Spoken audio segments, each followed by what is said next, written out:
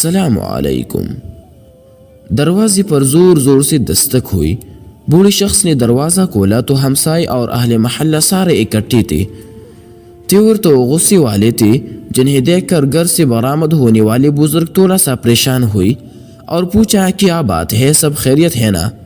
خیریت کہاں ہے بھائی، تمہارا لڑکا آئے روز ہمارے گھر کی دیواروں پر کوئلے سے پتہ نہیں کیا نقش نگار بناتا رہتا ہے، ساری دیواریں اس نے کالی کر رکھی ہے۔ تم اپنے لاڈلے کو منع کیوں نہیں کرتے؟ اسی سمجھاؤ ورنہ اچھا نہیں ہوگا۔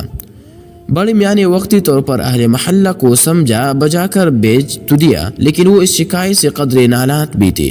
بیٹے کو سمجھایا، یار باز آ جا، کیوں تو لوگوں کو تنگ کرتا ہے، اپنی پڑھائی پر دھیان دے اور آئندہ شکایت کا موقع نہ دینا۔ بیٹی نے سر جھکا کر سن تو لیا، لیکن وہ باز رہنے والا کہاں تھا۔ یہ اعلی ترچی لکیری تو اس کا شوق تھا، اور شخص سے لا تعلقی کون اختیار کر سکتا ہے؟ پھر اس لڑکی نے باپ کا مان رکھتے ہوئی دیواروں کو کالا کرنا ترک تو کر دیا، لیکن دیواروں کے علاوہ جو بھی خالی جگہ ملتی وہاں وہ چاک یا کوئلے سے کچھ نہ کچھ بناتا رہتا۔ یوں یہ شوق پروان چڑھاتا رہا۔ اسکول میں اساتذہ کی غیر موجودگی میں تختہ سیاہ پر چاک کی مدد سے وہ اپنی شوق کی تکمیل کرتا رہتا۔ کبھی ڈانٹ اور کبھی حوصلہ افزائی دونوں برابر ملتے رہے۔ وقت گزرتا رہا۔ اسکول میں منعقدہ خطاط اور خوشنویسی کے مقابلوں میں حصہ لینا شروع کر دیا۔ جو بھی لکھا ہوا یا بنا ہوا نمونہ دیکھتا اسے ہو بہو چاک کی مدد سے بنا لیتا تھا۔ خوشنویسی کے قواعد یا خطوں کی پہچان تو اسے بالکل بھی نہیں تھی، لیکن جیسا بھی مشکل سے مشکل خط ہوتا وہ اسے کاغذ پر اتار لیتا۔ کوئی پوچھتا کہ یہ کون سا خط ہے یا کون سا سٹائل ہے تو وہ بتا نہیں سکتا تھا، کیونکہ اس کے پاس باقاعدہ تعلیم تو نہیں تھی، نہیں پہچان تھی۔ کلاس میں سب سے پہلے آتا، چاک سے تخت سیاہ پر اپنے مشق کرتا رہتا، باقی ہم جماعتوں اور اساتذہ کے آنے سے پہلے وہ ٹک ٹاک مشق کر لیتا، اور اگر کبھی کبھار کوئی استاد دیکھ لیتا تو حیران رہ جاتا کہ نوعمر اور نوآموز بچے کا اتنا عمدہ خوش خط۔ آہستہ آہستہ اس کے مشق میں پختگی تو آ گئی، لیکن باقاعدہ رہنمائی سے محروم ہی رہا۔ اسکول میں کوئی خطاطی کا استاد نہیں تھا، اور آرٹ یا ڈرائنگ کا استاد اسے تھوڑا بہت سکھا تو دیتا تھا، لیکن وہ لڑکا ان استادوں سے زیادہ بہتر لکھ لیتا تھا۔ چھوٹے چھوٹے مقابلے جیتتا رہا۔ محلے میں بھی بینر اور اشتہار لکھنے والے کی حیثیت سے پہچان بنوا لی۔ اسی دوران میٹرک کر لی اور آگے تعلیم جاری رکھنا مشکل ہو گیا تو اسکول جانا چھوڑ دیا۔ برش اور رنگ لیتا اور گلیوں محلوں میں نکل جاتا، لوگوں کی دکانوں پر نام لکھتا، بینر لکھتا اور چند پیسے کماتا۔ اس کام سے اسی تسکین نہیں مل رہی تھی، وہ اس کام کو اپنا اوڑھنا بیچونا بنانا چاہتا تھا، لیکن اسی کوئی راہ نہیں مل رہی تھی۔ اسکول جب چھوڑ دیا تو وقت کی فراوانی بھی ہو گئی اور کام میں روانی بھی ہو گئی۔ ایک دن اسی کہیں سے ایک کتاب مل گئی جس کا نام تھا خوش خطی سیکھیے۔ اس کتاب میں اردو اور عربی کے خطوں کے متعلق معلومات تھی، جیسے برش، قلم اور رنگوں کے بنیادی معلومات۔ اس نے وہ کتاب حفظ کر لی اور خطوں کی شکلیں یاد کر کے ان کی مشق شروع کر دی۔ ایک دن وہ بڑی کتابوں کی دکان میں گیا اور وہاں سے اپنے کام کے متعلق کسی کتاب کا پوچھا۔ اسی کوئی خاص کتاب تو نہ ملی، مگر عربی رسم الخط کے متعلق اسے ایک چھوٹا سا کتابچہ مل گیا۔ اس نے وہی خرید لیا۔ اب عربی تو وہ پڑھ نہیں سکتا تھا، لیکن عربی خطوں کی شکلیں اسے پتہ چل گئی۔ چھوٹے چھوٹے کام کرتے ہوئے وہ بڑی کمپنیوں اور اداروں کے کام کرنے لگا۔ ایک دفعہ کراچی کے ایک مصروف شاہراہ پر وہ یوں ہی تاج کمپنی کا سائن بورڈ لکھنے میں مصروف تھا کہ ایک بڑی گاڑی اس بورڈ کے نیچے آ کر رک گئی، اور گاڑی میں بیٹھے شخص نے اسے نیچے آنے کا اشارہ کیا۔ وہ نیچے آیا تو دیکھا اس سے مخاطب ایک عربی شخص ہے، اور عربی زبان سے تو وہ ناواقف تھا۔ اس بڑی گاڑی کے پیچھے ایک چھوٹی گاڑی بھی آ کر رکی، اس میں عربی شخص کے جاننے والے پاکستانی افراد تھے۔ وہ نیچے اترے اور اس لڑکی سے کہنے لگے کہ شیخ چاہتا ہے کہ تم اس کے ساتھ سعودی عرب چلو اور وہاں جا کر اس کے لیے خطاطی کا کام کرو۔ لڑکا کہنے لگا، مجھے تو عربی بولنا اور لکھنا آتا ہی نہیں، میں کیسے یہ کام کروں گا؟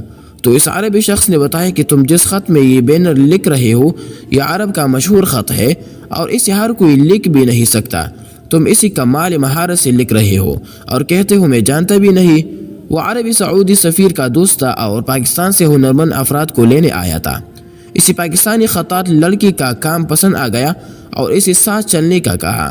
یوں کر سے اجازت لے کر اس نے پاسپورٹ بنوا کر شیخ کے حوالے کیا اور چند دنوں بعد وہ سعودی شہر ریاض میں بیٹا بینر لکھ رہا تھا۔ جب کام کرتے ہوئے کافی سال گزر گئے تو سعودیہ میں رہنے سے ایک تو اس نے عربی زبان میں مہارت حاصل کر لی، دوسرا تمام عربی خط اور رسم الخط میں وہ تقریباً کمال کے درجے تک جا پہنچا۔ اس کا کفیل اچھا آدمی تھا اور اس پاکستانی خطاط کی بے پناہ عزت بھی کرتا تھا۔ وہ اپنی کفیل سے اجازت لے کر کئی بار عمرہ اور زیارت وغیرہ بھی کر آیا۔ ایک دفعہ مدینہ منورہ میں مسجد نبوی صلی اللہ علیہ وسلم کے اندر نماز ادا کرتے ہوئے اس کے دل میں خواہش نے جنم لیا کہ کاش مجھے موقع ملے مسجد نبوی کے اندر اپنے ہاتھ سے ایک تختی پر ایسی خطاطی کروں کہ دنیا حیران رہ جائے۔ یہ خواہش لے کر وہاں سے ریاض آ گیا، کام کاج کرتا رہا، وقت گزرتا رہا، لیکن خواہش برابر پراوان چلتی رہی۔ ایک بار اس نے کہیں سے سنا کہ مدینہ منورہ میں اعلان ہوا کہ دنیا بھر سے خطاط حضرات کو دعوت ہے کہ وہ ایک مقررہ تاریخ پر ایک مخصوص رسم الخط میں ایک مخصوص عبارت لکھ کر جمع کروائیے۔ جو خطاط اس مقابلے میں پہلی پوزیشن حاصل کرنے میں کامیاب ہو گیا اسے مسجد نبوی کا خطاط مقرر کیا جائے گا۔ اسے لگا جیسے اس کے خواہش پورے ہونے کا وقت آ گیا ہے۔ وہ وہاں گیا تو دیکھا وہاں دنیا بھر سے ایسے خطاط اپنا کام لے کر آئے تھے کہ ان سب کے سامنے اس کی حیثیت کچھ بھی نہیں تھی۔ وہ گیا اور اپنا کام پیش کرنے کی خواہش کی، لیکن کسی نے بھی اسے سنجیدہ نہ لیا۔ نہ تو وہ معروف تھا اور نہ ہی اس کا کوئی کام ایسا تھا جو مشہور ہو، اور اوپر سے وہ کتابت کی جگہ سائن بورڈ اور بینر لکھنے والا اور پھر اہل زبان بھی نہیں، اور یوں اسے حصہ نہ لینے دیا گیا اور وہ مایوس ریاض لوٹ آیا۔ مقابلے کے اختتام کا وقت قریب تھا اور اس کی ایک بھی نہیں چل رہی تھی۔ تقریباً اس نے دل چھوڑ ہی دیا تھا کہ اس کی دکان پر ایک عربی آیا۔ اس نے کہا مجھے فلاں سائز کی تختی خط ثلث میں چاہیے۔ اس نے یہ لکھ دی تو حیران رہ گیا کہ اتنی چند ریالوں میں اتنا بہترین کام تو کوئی بھی نہیں کرتا۔ اس نے کہا تم میرے ساتھ چلو اور میرے لیے کام کرو، وہاں معاوضہ دوگنا ملے گا۔ اس لڑکے نے انکار کر دیا تو عربی کہنے لگا میں ایک دکان مدینہ منورہ میں کھولنا چاہ رہا ہوں، اگر کوئی دوسرا خطاط ہوا تو بتانا۔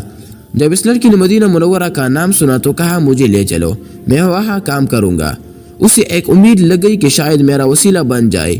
یوں کسی نہ کسی طرح پہلے مہربان کفیل کو تقریباً ناراض ہی کر کے مدینہ منورہ چلا گیا۔ مقابلے کے اختتام کا وقت قریب تھا اور نئی کفیل کے ساتھ کام کاج بہت زیادہ تھا۔ دکان چھوڑ کر نکلنا بڑا مشکل تھا۔ نیا کفیل اس کے کام سے حد درجہ خوش تھا۔ اس جیسا کام تو سعودیہ میں کوئی دوسرا کرنے والا تھا ہی نہیں۔ کفیل تو یوں تھا جیسے اس کا مرید ہو گیا ہو، اسے بہترین کھانے کھلاتا، جب بھی ملتا تو ہاتھ اور ماتھا چومتا، غرض بڑی آؤ بگت کرتا۔ اس نے ایک دن کفیل سے اپنا مدعا بیان کیا کہ میں مسجد نبوی صلی اللہ علیہ وسلم میں خطاطی کے مقابلے میں حصہ لینا چاہتا ہوں، میری کچھ مدد کرو۔ کفیل نے اس کے بات مان لی اور اپنے جاننے والوں سے کہلوا کر اسے کسی طرح اس مقابلے تک لے ہی گیا۔ بڑی مشکل سے اس کا نام رجسٹر ہوا اور اس مقابلے کے لیے بطور نمونہ پہلے ایک عبارت لکھوائی گئی، پھر اسے شریک کیا گیا۔ یوں اس کی لکھی ہوئی تختی اور وہ اس مقابلے میں شریک ہو گئی۔ مقابلہ ختم ہوا اور نتائج کے اعلان کا دن تھا۔ دنیا بھر سے ماہر اساتذہ کے درمیان اس کا کام کیا حیثیت رکھتا تھا۔ بہرحال مقابلے کے نتیجے کا اعلان ہوا اور خلاف توقع دنیا بھر کے ماہر خطاطوں کو پہچان کر اول انعام کا حقدار ٹھہرا۔ امام الحرم اور جیوری نے جب اس خطاط کا نام اور ملک پوچھا تو کہنے لگا شفیق الزمان پاکستان سے۔ پوری مجمع پر خاموشی چھا گئی اور پورے عرب کے خطاط ایک دفعہ حیران رہ گئی کہ اجنبی نام اور غیر عرب کیسے اہل عرب سے جیت گیا، اور وہ شخص جیتا جسے مقابلے میں شریک ہی نہیں ہونے دیا جا رہا تھا۔ یوں جناب محترم شفیق الزمان کے خوش نصیبی اور سعادت کہ کہاں ایک تختی لگانے کی خواہش اور کہاں در و دیوار منور کرنے کے لیے مسجد نبوی کا خطاط مقرر کیا گیا۔ آہستہ آہستہ وہ وہاں کے تمام خطاطوں کے استاد بن گئی۔ آج سعودی عرب میں نصف صدی کے لگ بھگ عرصہ گزارنے کے بعد مسجد نبوی کے در و دیوار پر 50% کا کام شفیق الزمان کے ہاتھوں کا لکھا ہوا ہے۔ حتیٰ کہ جس دروازے یعنی باب السلام سے داخل ہو کر اور جس مقام پر پہنچ کر سارا عالم اسلام روضہ اقدس صلی اللہ علیہ وسلم پر حاضری اور سلام کی سعادت حاصل کرتا ہے، ان تمام جگہوں کو شفیق الزمان کی قلم اور برش نے مزین کر رکھا ہے۔ ایک عجمی کا خطاط المسجد نبوی صلی اللہ علیہ وسلم پانا ایک خوشی اور ایک سعادت سے کم نہیں۔ آج حرم مکی کے امام حرم مدنی کے خطا سے ملنے میں سعادت اور فخر سمجھتے ہیں، اور حرمین شریفین کے تمام خطاطی کے کاموں کے لیے شفیق الزمان سے مشاورت کی جاتی ہے۔